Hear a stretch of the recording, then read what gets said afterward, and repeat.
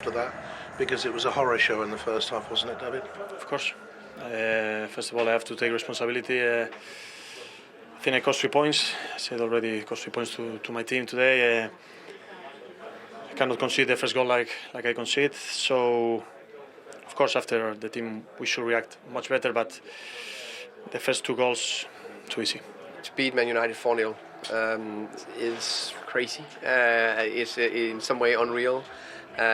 But when I look into what we do every single day, the staff, the players try to improve things. It's not a surprise that we win today, because I know we are good. But 4-0, that's big. And maybe it was not a 4-0 win. It was a deserved win, but maybe not a 4-0 win. I think we'll be hurting after the weekend, and I'm sure we'll be hurting now even more so. And no, it was nice to take advantage of the lack of confidence, I guess, a little bit, playing around the box. And we went and pressed them really hard, really high, and I made the most of it. You knew it was going to be a big job. It's one of the biggest jobs in world football. Is it bigger than you thought it was going to be? Tougher than you thought it was going to be? Of course, I hoped on a better start, and this start doesn't make it easier. But still, I have to believe to get it in, and because I've seen good things in the last period, but the 2 games till now, they are disappointed. What a performance from Brentford. I mean, it's often a temptation, isn't it, to only focus on the abject nature, perhaps, of Manchester United's efforts. But let's firstly give credit where it's due, Alan, and that's all to Brentford. Oh, Brentford were absolutely superb. But this is what happens with a well-run football club. Everyone is aligned on the same page, good recruitment, players who want to be part of their club, hungry players. And that was proved exactly that today, because their game plan was not to let Manchester United settle, put them under pressure and press them, and do it as a team. And when I say everyone's on the same page, this is exactly what I mean. They all understood their roles, their jobs, what they had to do, and to make Manchester United look very, very poor, and that's been polite. Try to close them and make them kick it long, invite them in to make the mistakes, because they know they're not good enough to do this.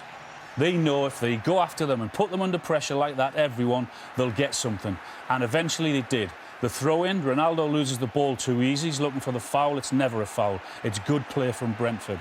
That's a howler from David De Gea. It should never be in the back of the net. Maguire's pointing, look, once, twice, looking for options. No one's moving. Then all of a sudden, they're under pressure again, and he gives the foul away, and they get a free kick, dangerous in a dangerous area. Planning. Fantastic. But they're saying, they've set in the trap. Look, everyone's marked, and they're saying to Man United, please play into there, because that's what we want you to do. And Man United just do that. As I said, Jensen, he knows what he wants to do. Close them down, win the ball. The ball's in the back of the net. What a clever finish. But, as I said, it's because everyone wants to do that. Everyone wants to work. And everyone wants to do things right at Brentford. And they got the reward. It could have and should have been more. They were brilliant. And just look at that there. The number of times Brentford put them under pressure and pressed them compared to Man United. 71-46. That is nowhere near good enough from a Man United team, but brilliant from Brentford. Absolutely fantastic. Well done to Indeed. For Manchester United, new manager, same old, really, or even worse, possibly. Yeah, today was pathetic. I was absolutely flabbergasted watching this, and it was just the basics today, to be honest. I mean, Brentford played well, as Alan has said, but here's just a basic throwing, really. And Fred, yeah, he played a bit forward today, but he's made a decision to go, then allows the space for De Silva to get in that pocket of space, and then, yes, we know it's a bad mistake from De Gea, which happens in football. But this one, Martinez taking the goal kick, there's got to go wide. It doesn't happen. Then his touch is in front of him, which only allows him to go forward. He sees Eriksen's under pressure, so kick it long. That is the only option to do there. Eriksen gets caught on the ball, sleeping, and it's a nice finish by Jensen there. And Tony against Eriksen. Ten Hag said in his notes that it wasn't about tactics. That is tactical. And then who is going to win it out of me and Martinez? People asked, would his height be a problem? In that situation, it was. Martinez, again, Can he go 5 yards back just to give himself a comfort blanket? Doesn't happen. Maguire here can see Tony right in front of him there. And the other side, Shaw can see Mbeumo right in front of him. But yes, they're chasing the game. I understand that. But it's back to the basic. Maguire lets him run. And then, yes, it's a wonderful pass from Tony. But who wants it more? It was Mbeumo. Yeah. And that was just the story of the first half. Arguing, no one knowing what the jobs are supposed to be doing and not sticking to basics. He's got a massive job on his hands. He really has. Yeah. You talked about the tactics as well, and he played Fred in kind of forward midfield role, and Eriksen as a holding player. It was so last week he played Eriksen false nine, and then today he played him just in front of the back four. It wasn't really working. Fred couldn't get on the ball. Made 3 substitutions at half time to change it up, but it's just all bleak. That's 2 games, 2 defeats. Their worst start for 100 years. I remember that start, that season. 7 straight away losses. It's a mess. Oh, it's an absolute mess, yeah. It's years of failure, years of mismanagement, lack of leadership. The recruitment's been terrible. You said at times. Something in your early analysis. You said the difference in the hunger between one set of players and the other. Yeah. You're saying that the Manchester United players are not hungry? You could play... They don't... Well, is that the best that they can perform? Last weekend and this weekend? I'm sure it's not. Absolutely not, no. And let's use this week as an example for Manchester United. I'm convinced that someone from Man United leaked the story linking them with Arnautovic, just to see what the reaction was. The reaction was that bad, they then had to pull out. I'm pretty convinced that was... But I think that sort of sums up where Manchester United are. They're in a mess, and it's going to take time. It's going to take an unbelievable amount of money to get things right inside the football club and in terms of the right recruitment. And it's going to take a lot of patience from the Manchester United fans, because where they are now to where they want to be, miles away. But how did they start to address it? Because it's a long way to go. Recruitment. Yeah. Recruitment. That's what it has to be. See how other people are doing it, the Liverpools, the Brightons, and get the job done. OK. Well, first of all, credit to David De Gea, who himself wanted to come out in front of the cameras after what was a day to forget for Manchester United. Just how bad were your former club, Quentin? It's not even about how bad. It's just when I look at it, when I start and watch the game, you were there as well. You want to see the fight. You want to see the competition. You want to see the team spirit. You know, if I get beat, Owen's behind me. That's called team spirit. You back your teammate up, having a go with each other. When things are not, we're under the cost. We get together. We regroup. We fight with each other. You didn't see that. So you can have bad days at the office. That's fine. But I want to see the fighting spirit. Was that as bad a performance as you can remember? Yeah, I don't think it's been a tough few years, you know, for United, and we've been watching them and covering the games in the league and Champions League, and it's been tough. Because we've seen the club at a different phase when it's done so well. And I think back to, Quinn mentions about, the fighting spirit. If I think back to watching Brian Robson, I think about Roy Keane, running through big walls, putting everything on the line, win, lose or draw, it was there. That was there. That's why everybody loves. That's why the Manchester United fans love that football club.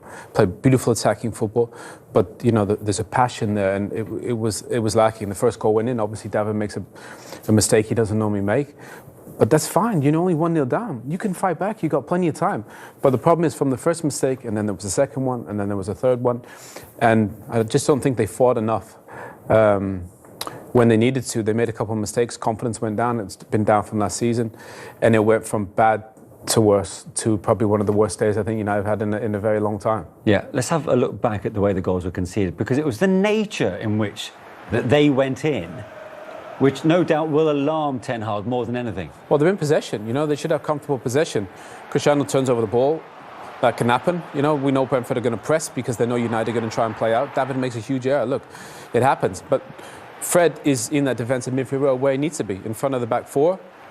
And for whatever reason, he decides to gamble that Cristiano could flick that. He takes a touch, turnover possession, he loses it. Look at the space that he's left. He's the defensive midfielder. He's playing with Bruno Fernandes and Eriksen. They're number 10s. Nobody's in front of the back four. Obviously, and he gets a free shot off, but that was basically the start. And they made their own mistakes, Quinny, didn't they? It's too many mistakes. Obviously, Ronnie needs to be stronger there. The reaction from Eriksen, and it's, as you mentioned, Owen, Fred, he's got to have the awareness. He's in there because he's a defensive midfielder. He's got to have the defensive mindset. Even if Ronaldo gets the flick on, where's Fred going to go? Yeah. He shouldn't be in that position. He should be sitting in front of the back four and screening.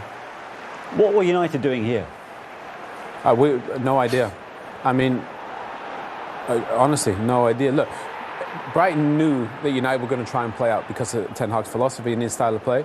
I mean, Martinez sends it back into David De Gea for me to play out. He plays a straight ball into Eriksen. He's marked. You got to clear your lines and play up the pitch. But you mentioned, look at the position as well from Jensen. They're all locked on. Yeah. Everybody's locked on, man for man. They know what's going to come, but for whatever reason, they still try to play out. And strange. Look, great from Brentford. They knew United were going to try and play out.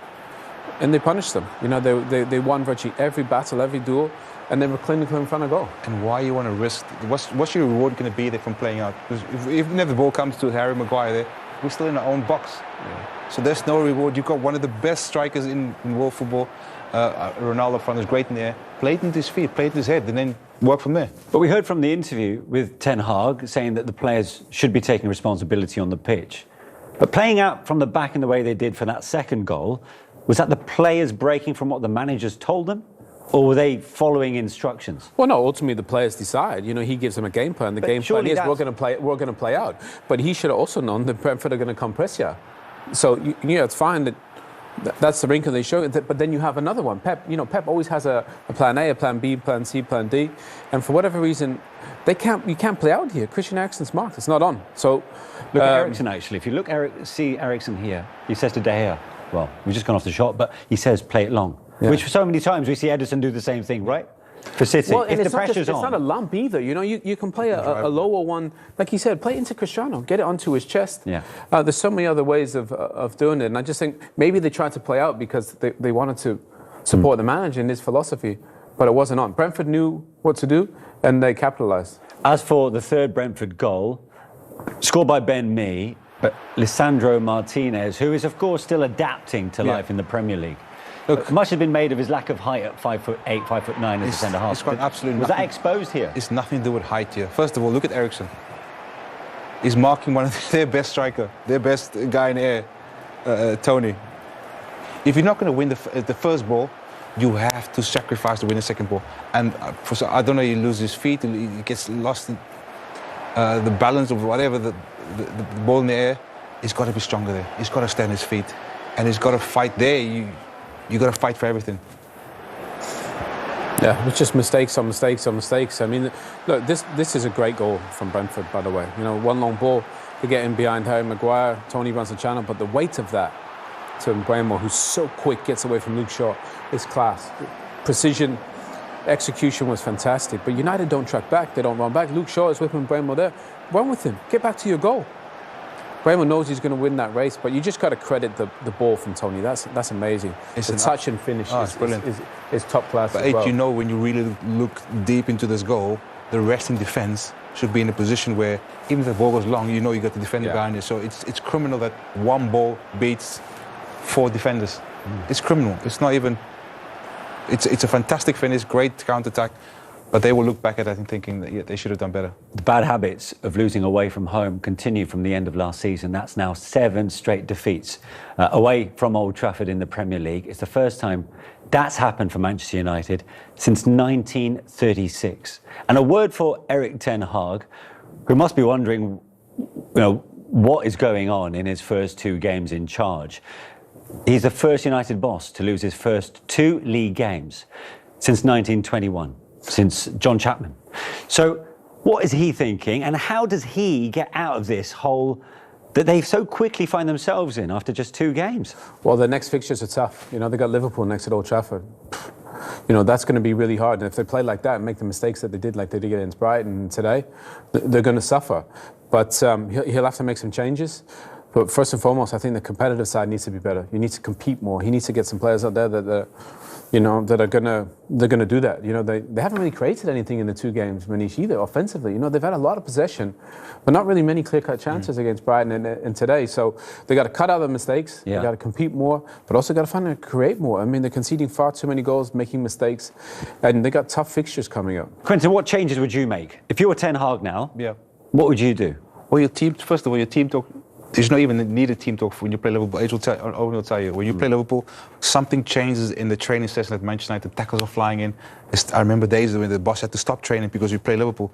So first of all, you have to get your defensive block organized, don't concede any more goals, and then you ask your attacking front four, front five, what are they there to do? So you got Sancho, you got Marcus Rashford, they are supposed to be wingers. So the winger is supposed to beat people and get crosses in. Then you have to ask that question. You always ask the question at Manchester United, if you're a winger, you've got to beat your man. You've got to ask the question, if not, do something else. And then you give the Ronaldo service, he'll score goals. But then a team, oh my goodness, play as a team, to give yourself any chance. A day to remember then for Thomas Frank, racing into that 4-0 lead after just 35 minutes against United. Everybody's talking about second season syndrome for who were the surprise packages last season. What a game it was from them. Brilliant performance. They're a good side, you know, they're a well-coached side. They've got players that work hard, you know, they've got a good spine to the team, goalkeeper, centre-backs. In midfield, they're aggressive, they press, they win second balls, and they got a good attack. You know, I think there's a lot to be proud of if you're a Brentford fan. Thomas Frank sets them up great, and they compete every game. You know, to finish 13th last season, promoted, is amazing, and they embraced that game. They knew United would come and play on the way Ten Hag plays, get the ball down and play. They were waiting for them, and they punished their mistakes. But the headlines will belong to Manchester United tomorrow. And of course, the players won't want to see any of the newspapers as far as they're concerned. How do they get out of this hole? Well, you focus on yourself. You focus on what you individually, as David mentioned. You can only improve, look at yourself in the mirror, analyze the game. Look, there's nothing you can do now about the Brentford game. It's gone. But you can look at it, see where you made mistakes. And the only way is up from here. But it comes into now every day in training, your basics, get back to basics, sprinting out the players, attacking football, going together as a team. Get that team spirit going. Does Ten Hag need to reevaluate his style of play, his approach? No, he won't. He might need to tweak it for Liverpool, because if they press like they normally do, then United it's going to be hard. It's going to be near impossible. And the players' confidence is low. You saw that today. So I'm sure they'll play slightly different, but he won't change his approach. He might tweak it. This is how he plays. But the problem is, the Premier League is really unforgiving. And he's seen that after 2 games. He's not even played the best teams. So they'll have to find a way to turn it around. They got to stick together, as he said, and find a solution, because the first 2 games were tough.